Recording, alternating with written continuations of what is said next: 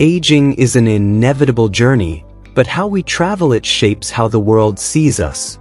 There's a kind of aging that commands deep respect, where your presence in a room quiets the chatter, not out of duty, but because people genuinely want to hear your seasoned perspective. Decades of experience and hard-earned wisdom can make you a beacon of insight, someone younger generations turn to for guidance. Yet, there's another path, one far less inviting. This is the aging marked by habits that push people away, constant complaining, stubbornness rooted in outdated views, and an unwillingness to bend or adapt. Instead of drawing others in, this approach leaves you isolated, sighed at, or avoided, your wisdom overshadowed by a demeanor that feels rigid and unrelenting. The irony is that no one plans to become the grumpy old soul they once rolled their eyes at. These traits creep in quietly, built from small, repeated choices we barely notice until they define us. That's why this video matters. It dives into 6 common signs that can strip older adults of the respect they deserve, not to point fingers, but to shine a light on pitfalls we can sidestep. By recognizing these patterns early, we can choose a different course, one where age amplifies our value rather than dims it. The goal isn't just to grow older, but to grow into someone admired, thoughtful, and connected. Stick with us as we explore how to age with grace, and avoid the habits that turn wisdom into noise. Sign 1. Always thinking the past was right. One of the most subtle yet damaging habits older adults can fall into is the unshakable belief that things were better back in our day. It often starts innocently, a nostalgic remark about simpler times, a nod to how life used to be. But when this phrase becomes a refrain, repeated with conviction, it builds an invisible wall between generations. Saying, "Time chung tua tat han," doesn't just honor the past. It quietly implies that the present, the way younger people live, work, love, and raise their families, is wrong. No one, regardless of age, wants to feel judged for navigating life in their own way, especially when they're doing their best in a world vastly different from the one their elders knew.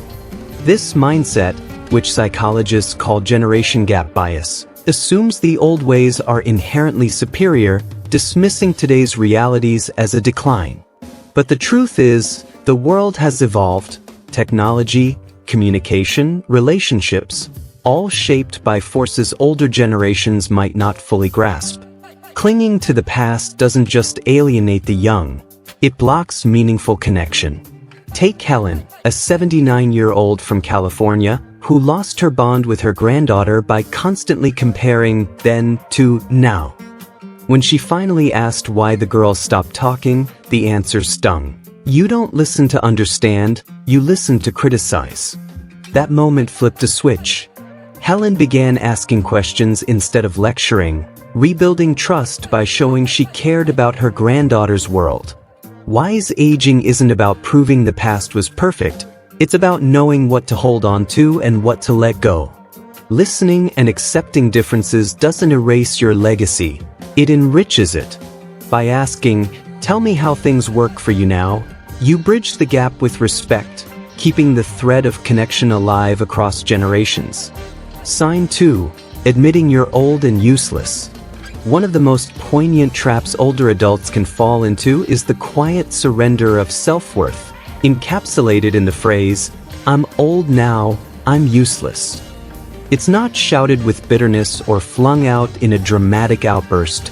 It's a soft, resigned whisper, as if the speaker has already accepted their own irrelevance. On the surface, it might seem like a harmless reflection on aging, a humble nod to the passage of time. But when these words are repeated, they take root, shaping not just how you see yourself but how others perceive you. Say it often enough, and those around you, family, friends, neighbors, start to believe it too. Slowly, they stop asking for your input, stop inviting you into their lives, not out of malice but because you've convinced them you have nothing left to give. This self-imposed label becomes a barrier, isolating you from the very connections that could keep your later years vibrant. Yet, this doesn't have to be the end of the story.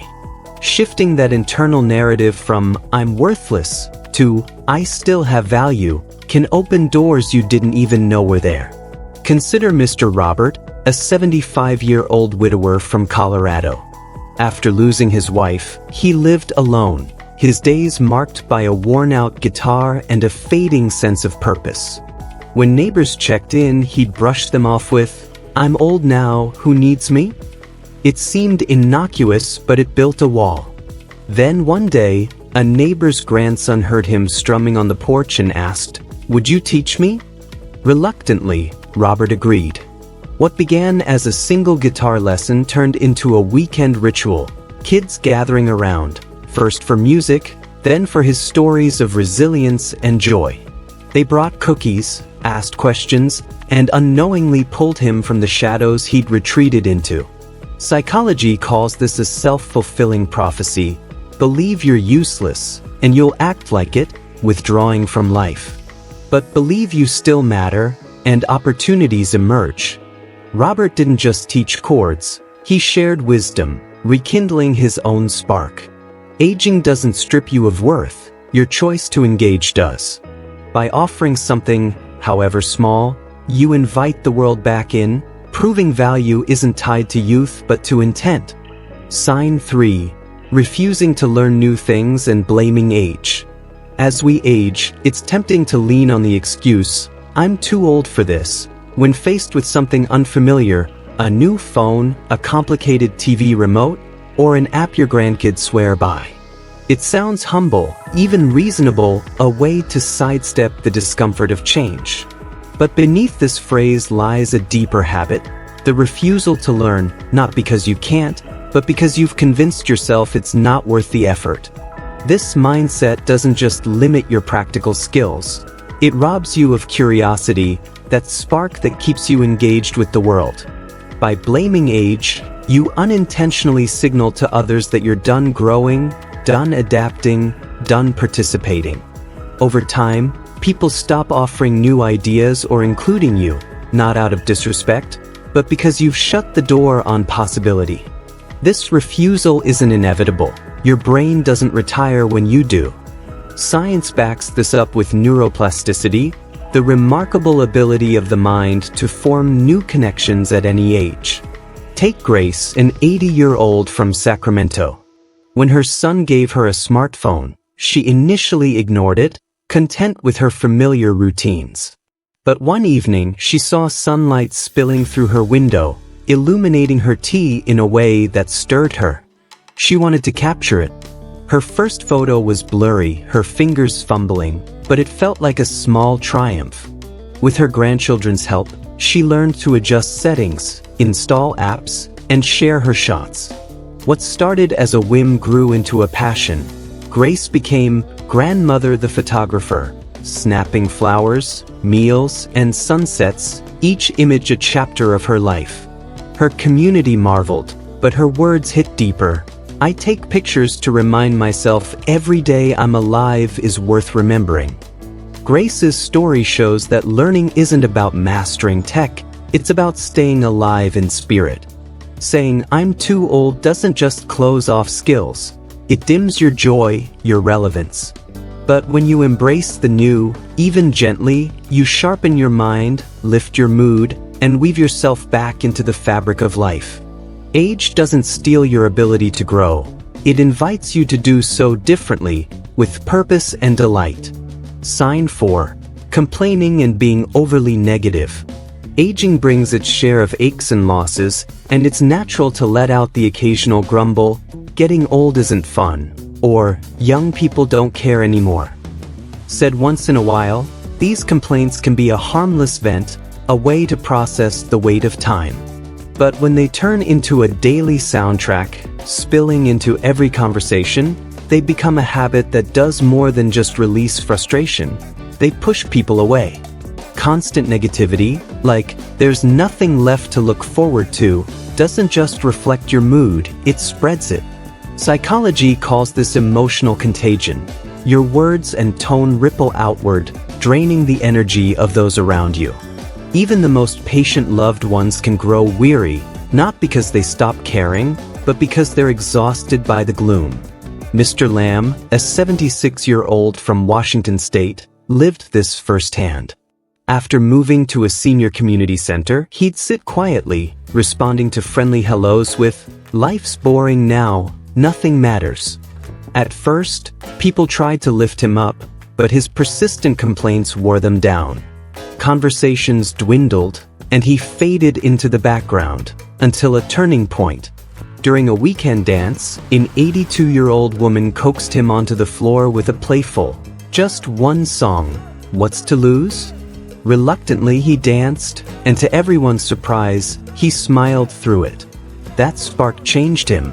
He returned to the center with a lighter spirit, swapping complaints for questions about others, sharing old stories and favorite tunes. The man who once emptied the room became its heartbeat, a Saturday morning highlight. Lamb's shift reveals a truth. Negativity isn't just a personal burden. It shapes how others connect with you. Aging carries inevitable sorrows, loneliness, fading memories, but drowning in them isn't wisdom.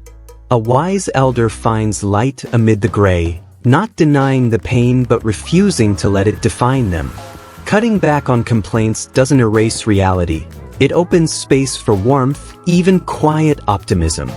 When you speak of life with a touch of grace, smiling through a bittersweet tale or savoring a small joy, people draw closer.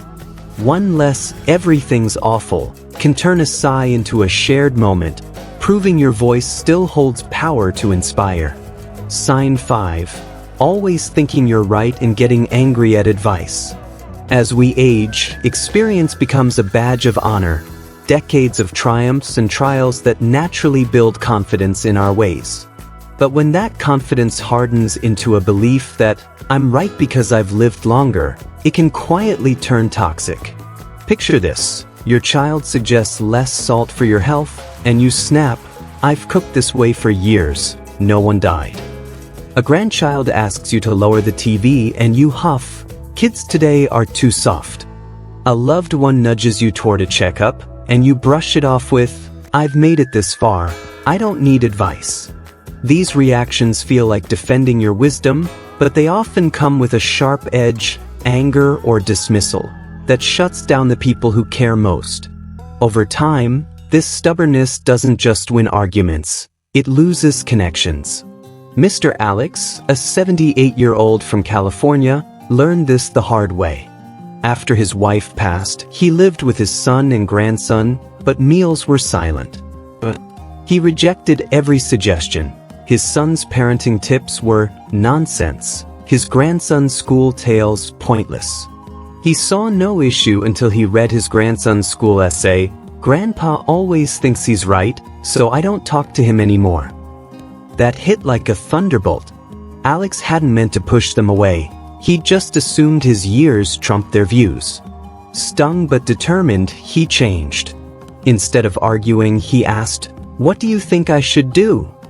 Instead of bristling, he'd smile, "That's new to me, interesting." It wasn't easy to step back after a lifetime as the family rock, but as he did, his family stepped forward, sharing stories, seeking his input, rebuilding the bond. True wisdom isn't about being right all the time. It's about knowing when to listen. Age earns you a voice, but inflexibility can silence it. By opening up, admitting what worked yesterday might not today, you don't diminish, you grow. Alex's shift showed that ceding ground doesn't mean losing respect, it earns it. When you make room for others' perspectives, they don't just hear you, they value you, keeping the ties that matter intact. Sign 6. Neglecting self-care and giving up on health. Aging can bring a creeping apathy, a voice whispering, "At my age, it doesn't matter how I live." Breakfast becomes a skipped meal or a cookie, lunch a half-hearted snack, dinner a bowl of plain rice reheated without care. When your kids suggest a checkup, you shrug, "Why bother? I won't be here much longer." They nudge you to walk or stretch, and you chuckle, "I don't have the energy for that." It's not ignorance. You know self-care matters, but exhaustion or resignation has set in, convincing you that effort is pointless. This quiet surrender isn't just a phase, it's a slow unraveling. Neglecting nutrition, movement, and basic upkeep weakens your body, dims your spirit, and traps you in a cycle. Poor health saps motivation, which worsens health further. In psychology, this is self-neglect, a passive slide that risks depression, memory loss, and lost independence. But it's not inevitable. Miss Millen, a 73-year-old from Sacramento, proves that change is possible. After a minor stroke, she assumed her days of vitality were over. One morning, staring into the mirror at her tired eyes, she decided, "I don't want to fade away helplessly." She started small, drinking more water, cutting salt, taking a few steps around her room. Then came breathing exercises, gentle stretches, a handful of vegetables with meals. Months later, her health rebounded, her skin glowed, her smile returned, and her eyes sparkled with life. She didn't chase miracles. She honored the time she had left, step by step, proving that self-care isn't about adding years. It's about dignifying the ones you've got. When you stop caring for yourself, others struggle to know how to care for you. They might even assume you've given up, drifting away unintentionally. But when you tend to your body, brushing your hair, eating a proper meal, moving a little, you signal, "I'm still here, I still matter." Millen's turnaround shows that small acts of care ripple outward, lifting your mood, sharpening your mind, and inviting connection. Aging isn't permission to let go, it's a call to live deliberately. You deserve to feel strong, respected, alive. And that starts with choosing yourself every day. Getting older doesn't mean the end. It's a new chapter to enjoy life more fully. Avoiding negative habits such as a sedentary lifestyle, unhealthy eating, and pessimistic thinking will help you maintain both physical health and mental clarity. Prioritizing positive habits like regular exercise, a balanced diet, and sufficient sleep will keep your body energized and resilient. Believing in your self-worth is the key to a happier and more meaningful life. Don't let age diminish the wisdom, experience, and contributions you have to offer. Find joy in the little things, set new goals, and continue learning to keep life exciting and fulfilling. Most importantly, staying connected to life makes all the difference. Keep in touch with family, friends, and your community. Engage in social activities to feel a sense of belonging and purpose. When you embrace positivity, aging becomes a meaningful and rewarding journey rather than a decline. If you found this video helpful, don't forget to like, share, and subscribe for more insightful content on life and aging. See you in the next video.